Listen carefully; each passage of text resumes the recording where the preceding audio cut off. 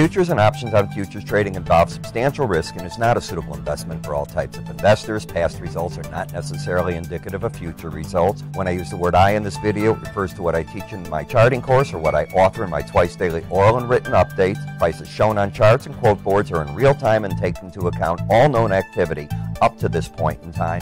And if you'd like to read more of this disclaimer, simply hit the pause key on your video player. Good afternoon. Ira Epstein of Linn & Associates with your metals market update, and this is for Tuesday, the 13th of November, 2018, about 4:40 p.m. Central Standard Time. I keep making that mistake. We got a pretty nothing close in stock indices. A lot of action, whipping around all day, but at the end of the day, not up a lot or down a lot. That's how I looked at that one. Copper got a bounce today off the idea that President Trump might have a good conversation with Premier Xi. Larry Kudlow said there's good progress being made, the senior economic advisor to the president. Gold down a little bit with silver, but losing some of the momentum downside. You know, you would think that it could be down even more with the huge break we had in the energy markets, again in the crude oil. And this is history. You're 12 days in a row of sharp breaks. You're down in about 4 or 5 weeks or so, $20 a barrel. I mean, you're talking a third of the price almost. It's rather substantial.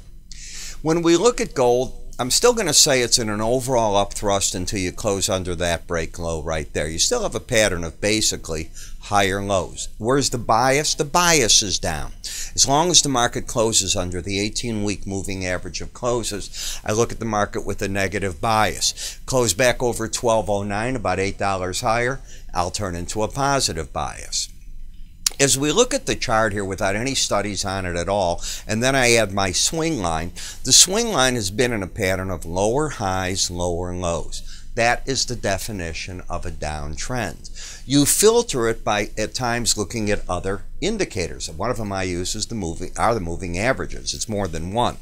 When the market's under the 18-day average of closes and the swing line is down, I define the market as having a downtrend with a bearish bias. Where do you think if the market rallies, you should expect some resistance? Look at the combination of the green, the 100-day moving average at 1221.90, to the 18-day average, 1225.30. So that is the resistance area. I'm not saying it's getting up there. I'm not saying it's not getting up there. I'm saying it's a resistance area. What about a support zone? Well, you now have 3 days in a row under the lower Bollinger Band. Now, you had a breakout of the sideways action. This is called the sideways action.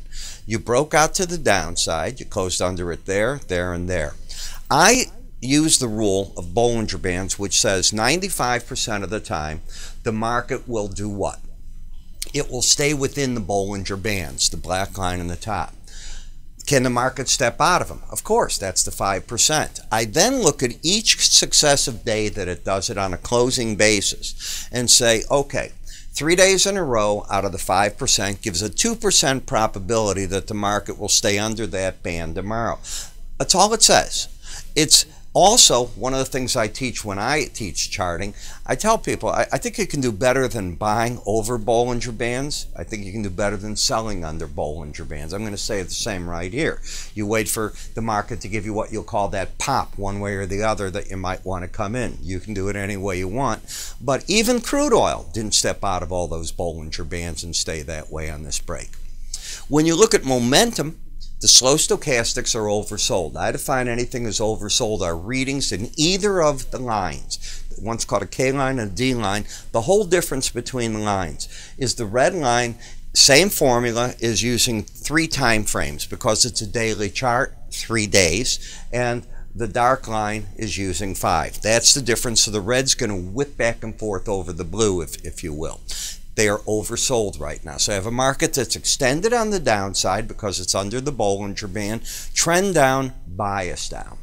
When I come to GLD, the popular ETF, I have 1, 2, 3 days in a row down. This was not one here. So 1, 2, 3. It's the same type of format as we're getting in the futures. You're oversold. The trend has been down. There's been no reason to be long. 2 layers of resistance on the way back up.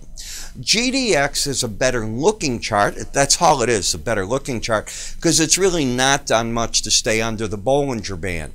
Is it under it right now? The answer is no.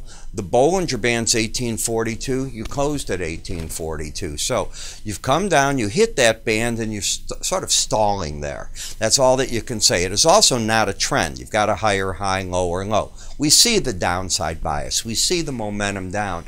But if you're a chartist, you're looking for reasons to trade, and what you try to do is factor out all the things that don't fit in. You're still going to be wrong, but you're trying to cut the amount of times you're wrong down, and you're trying to control risk.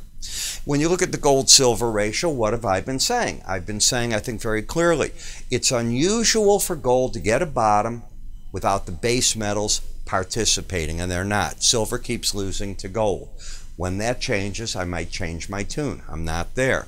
And as you can see, silver now is extended 3 days underneath the lower Bollinger Band. It came out of a different pattern than gold. Look at all this sideways action.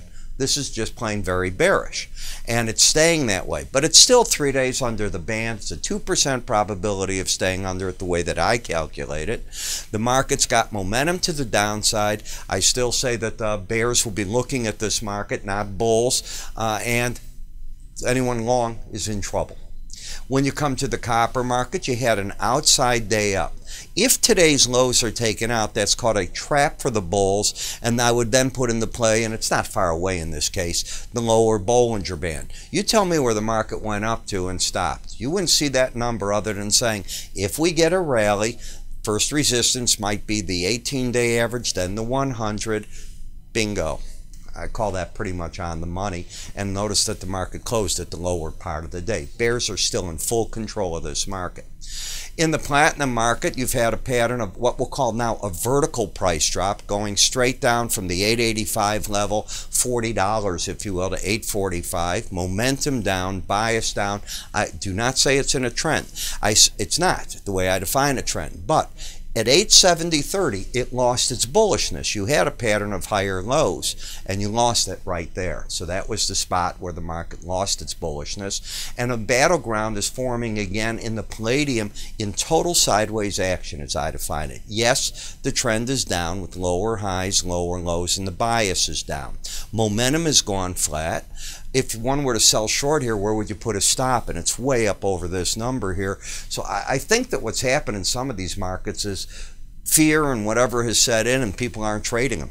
And I think that could be a case that's starting to develop. In the dollar index, you got up to the upper Bollinger Band, and you're running out of momentum in an overbought condition, and the market's waiting to see what to do.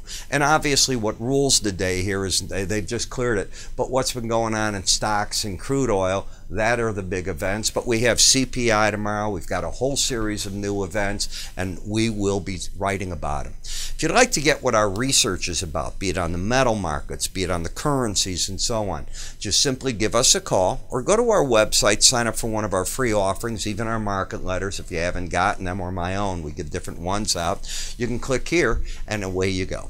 I'm Ira Epstein. Look forward to a crazy day tomorrow. See you then.